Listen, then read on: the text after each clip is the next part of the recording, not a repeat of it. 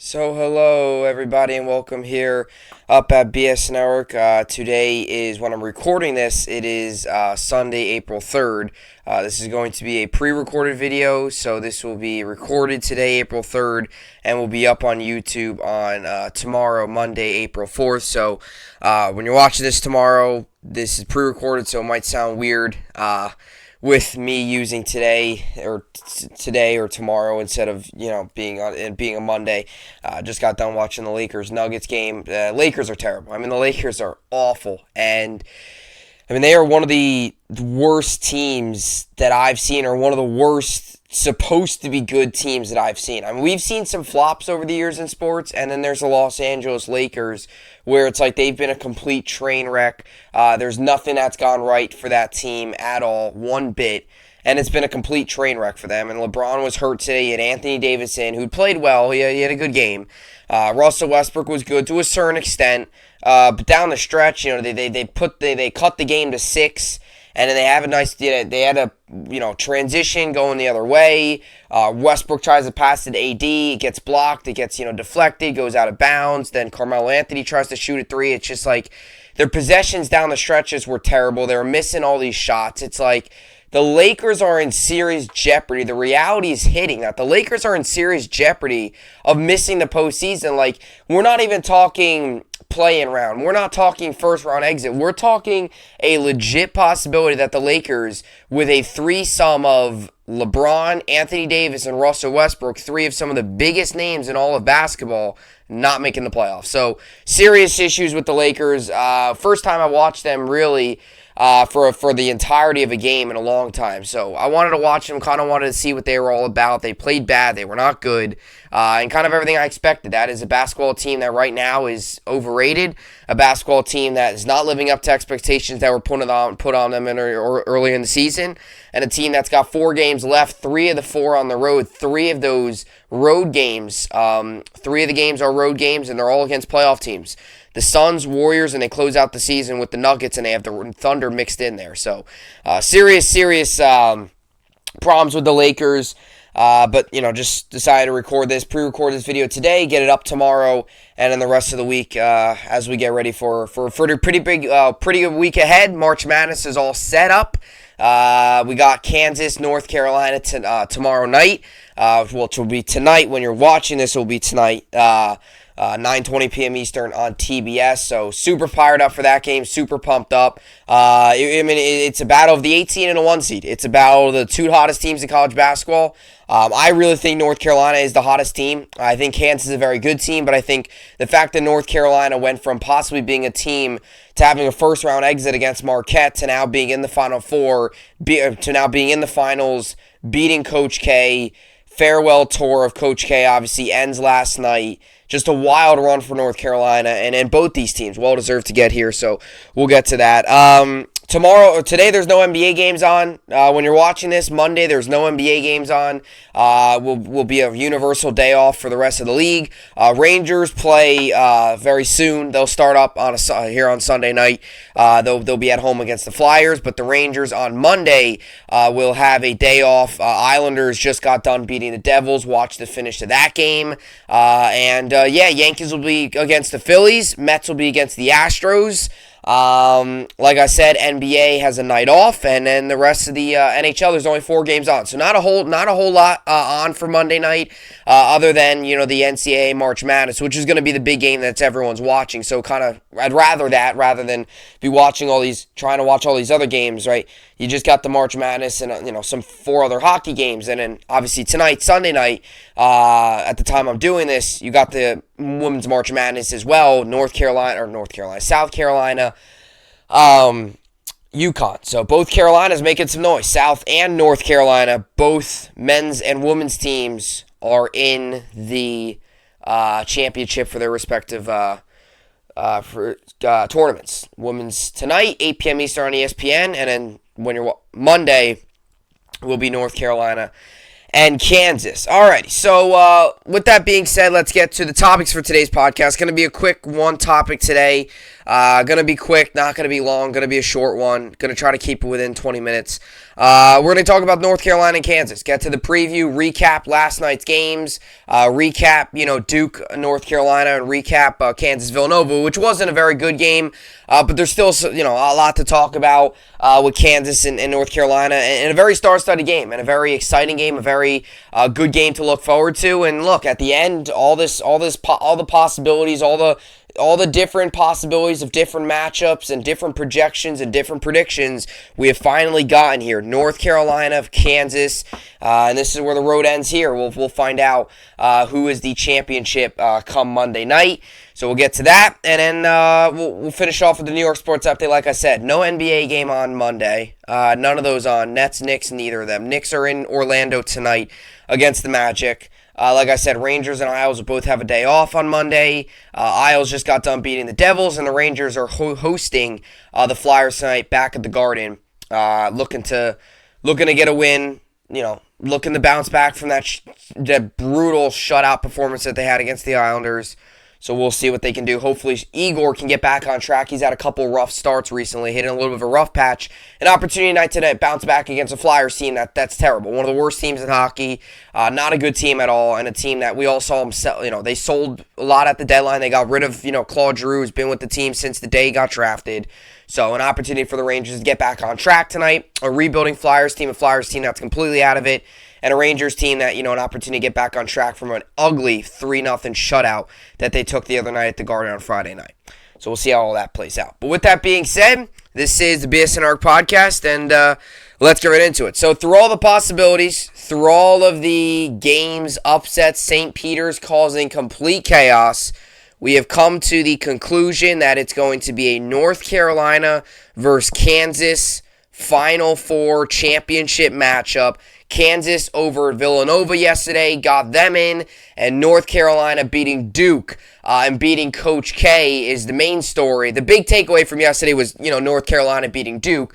The Villanova-Kansas game wasn't great. It was a blowout. Even if that game was a really good game, the biggest takeaway, win or lose, for North Carolina or Duke was going to be Duke, or it was going to be one of those two, because it was either the storyline, come today on Sunday was either going to be, Coach K has one final game, can he win it all? Is it going to be the Cinderella, the magical ending for Coach K's career, or is it going to be what actually happened, and that is Coach K's lustrous career comes down to him losing to North Carolina, and his last two games against North Carolina was his final game at Cameron Indoor, lost to North Carolina, and now his final game as a career, lost to North Carolina. And before I really dissect those two games and really get into what happened in those two games, Coach K played North Carolina 100 times in his career, exactly 100 games. He went 50-50 in those games. So at the end of the day, no real team has the bragging rights. No real school has the upper hand if you're going to argue which school is better or which school dominates the rivalry, because while Coach K was there for 40-plus years and had dominance and had Duke at the top of college basketball many times, Duke has been at the top of college basketball, one of the elite programs for 40-plus years.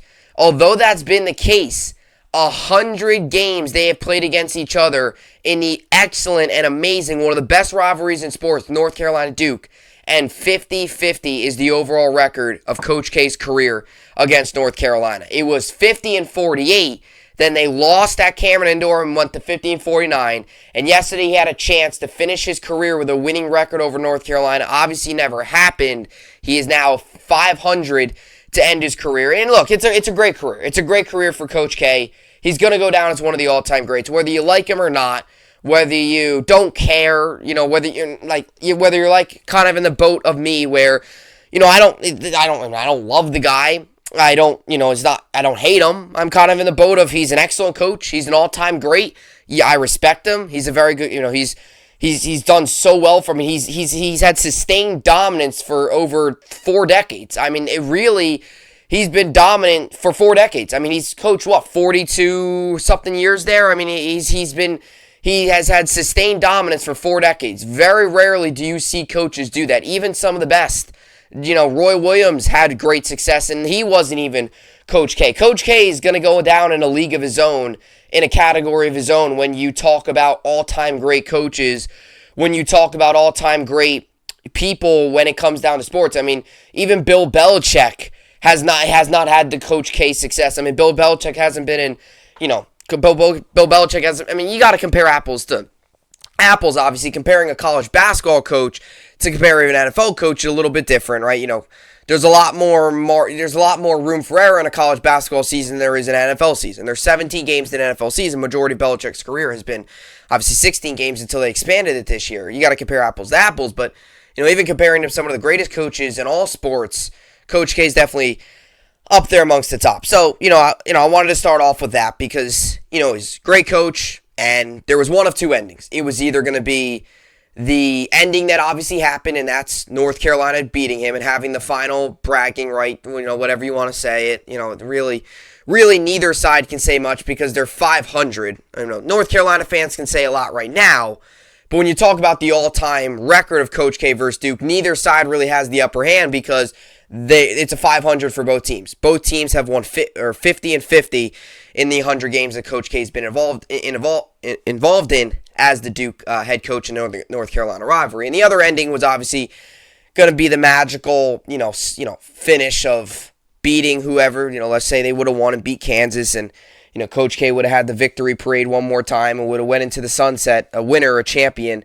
That's obviously not the case. And now for Duke, the harsh reality sets in. This is post Coach K era. It feels weird to say that. It's odd to say that. It's weird. It doesn't sound right because it's been a guy that's been the coach there for years and years and years and years. I mean, his first year there was in 1980. He's won 1,202 games. He has a winning percentage of 766. I believe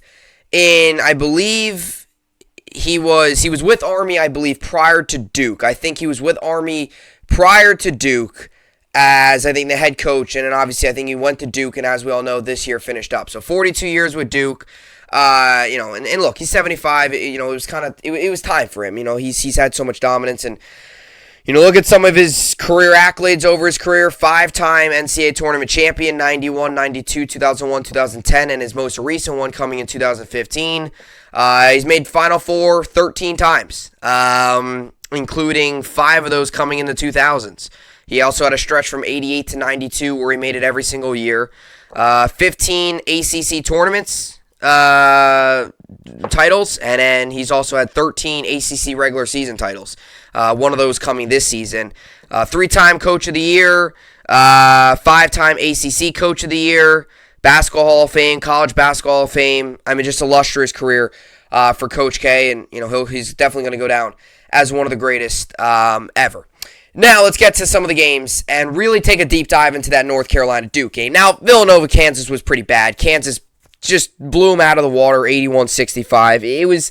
I had a bad feeling when that game, it was a wire-to-wire victory for Kansas. So you got to give them credit. They started well. They played well from the start. They got out to that 10-0 run, and they didn't look back. The Kansas never lost the lead in that game. Now, Villanova did make it kind of interesting. They played a little bit better in the second half. They only got outscored by 5 in the second half. Going into halftime, they were down 11. They cut it closer. They got it to about 6-7. But every time, like I said, it was like every time they tried to deliver the punch, Kansas just punched them back. It was like Villanova was loading up for it, and Kansas was just too quick to kind of push them back to where they obviously wanted to be, take the lead. And Villanova, I think just Kansas was the more energized team. I mean, they were the more energized team from the start. They were the faster team. They were the quicker team. They were just the team that, I don't want to sound like the guy that's going to be like, oh, Villanova didn't want that. But it really looked like from the start of that game to the end of it, just Kansas wanted it more. That's really what it seemed like. And, Villanova was undermanned. One of their key players, Moore, was out with the Achilles, so they were undermanned. Kansas was the healthier team. They're a veteran team just like Villanova. It just kind of got to the point where I think Kansas was just a more energized team. They were just an all-around better team. There wasn't really much else to say about this game other than Kansas was dominant from the start and dominant to the finish, beat them by 16, 81 to 65, and Kansas moves on, and I got to admit, I was wrong about Kansas. Now, in my bracket, it was pretty wild to think this, and I feel pretty embarrassed to say this, but in my bracket, I actually had, and this just goes to show you where your brackets can go bad, I had Kansas getting knocked out in the Sweet 16. So I actually feel pretty embarrassed saying that, but I had Kansas getting knocked out in the Sweet 16. Now, my Final Four, my championship game, was Gonzaga versus Tennessee, which is completely awful. Tennessee lost to Michigan, and Gonzaga, as we all know, ended up losing as well earlier in the tournament. So pretty bad for me. They ended up losing Arkansas. So was it Alabama? I think they lost to. I completely forget who Gonzaga lost to. But either way, it was bad for me. So wasn't great. I can't losing in the Sweet 16. You know, it's pretty funny to think that now I look back at my bracket, and everybody always makes their brackets, and they're always like, "Oh, this is great. I might do it all. I might do great this season." And you look at it at the end of it, it's like I had Gonzaga, Tennessee. I had North Carolina getting knocked out by Marquette in the first round. If I had $10 to place a bet on a team, like I did not spend any money, obviously, in the March Madness tournament, but if I had to bet $100 on a team, I'd put it on. If at the beginning of the tournament, I would have said Tennessee. I would never have said Kansas. I would have said North Carolina. I would have said Tennessee. My second team probably would have been Wisconsin. Now, I had Gonzaga in the finals, but that's because they never came across Wisconsin. If Wisconsin got to the finals, I think they were capable of beating Gonzaga. Wisconsin's a very good team, another team too. I mean, I had them in the Final Four. My Final Four was completely different. I had Gonzaga, Baylor, and then Tennessee, Wisconsin. And that obviously, and I did not have St. Peter's getting to the Elite Eight, by the way. So, but like I said, the North Carolina Duke game was great. So 81-77 was the final. Big three late by Black, who had just a big shot late in that game. It really just came down to, a huge shot late in that game. Huge shot late in that game. And then, let's go down to the breakdown here. So it was Caleb Love. Caleb Love made the three. That made it 78-74. And then Duke came back, made a layup. Then fouled Caleb Love. Caleb Love made one of two from the line. And then then Duke got fouled. They didn't call the and one. They went one of two from the free throw line, 79-77. Then Caleb Love got fouled, went to the free throw line. So Caleb Love was big late in that game, hitting the clutch three, making his free throws, getting to the free throw line, making his play, making some big shots. And down the stretch, Duke, you missed some of your free throws. That's inexcusable. I mean, it really should have came down to an 81-79, 81-78 type game with about 8 seconds left, and Duke could have had a 3 or a 2-pointer to tie the game and send it into overtime. If they make their free throws, if they make the shots they need to make late, today we could very well be talking about a Duke-Kansas championship game rather than a North Carolina-Kansas game. So, North Carolina was just better down the stretch, hit the bigger shots down the stretch, and that's ultimately what this game comes down to. We knew this game wasn't going to disappoint. We knew this game was going to be great. We knew this game was going to come down to the final couple seconds, the final couple shots. And ultimately, what this game came down to was North Carolina made the big shots, Duke didn't, and North Carolina moves on. And we got ourselves a great game. Now, I'm going to give you my game pick now. So, tonight, Monday night, when I'm doing this, it's Sunday. But tonight, Monday night, 9:20 p.m. Eastern on TBS, you got the 29-9 8-seeded Tar Heels versus the 33-6 1-seed Kansas. 70.5%. The matchup predictor for ESPN shows 70.5% chance Kansas wins. 29.5% chance North Carolina wins. Leaders for both teams. Ochai Agbaji, obviously the big guy for Kansas. Another guy to look out for. I'm super excited to see Baycott again. A guy who's been great this season. Jalen Wilson against Armando Baycott's going to be a fun matchup. Two guys that have really dominated the boards. Two guys that have been big in the big in the board, the rebound category. Harris and RJ Davis is going to be another fun matchup to look out for. Two guys that can distribute well with assists, two guys that can play make, two guys that are good ball handlers, can distribute, can pass, can assist, can play make, can get to the rim, draw fouls, make shots, can, facilitate a little bit, can make mid-range, can shoot a little bit. Two guys that very similar games will be interesting to see how they play defending each other. So, a lot of good matchups. Now, my ultimately pick, I'm going with North Carolina, okay? I know that people are saying Kansas is the hottest team. North Carolina, right, North Carolina caught lightning in a bottle. That's the reality of it. Because this was a team that 3 games left in the regular season, people were talking about maybe they won't even make the tournament. They had the big win in front of the Cameron Crazies at Cameron Indoor on Coach K's final game ever at Cameron Indoor. And now they go on a run, beating Marquette, knocking off Baylor, beating St. Peter's, who, look, that's a big win because St. Peter's was shocking the world. They beat Kentucky and Purdue. They had a very good resume. I mean, beating St. Peter's was a hard thing to do. I mean, Purdue and Kentucky couldn't do it. They were some of the higher teams to possibly win it.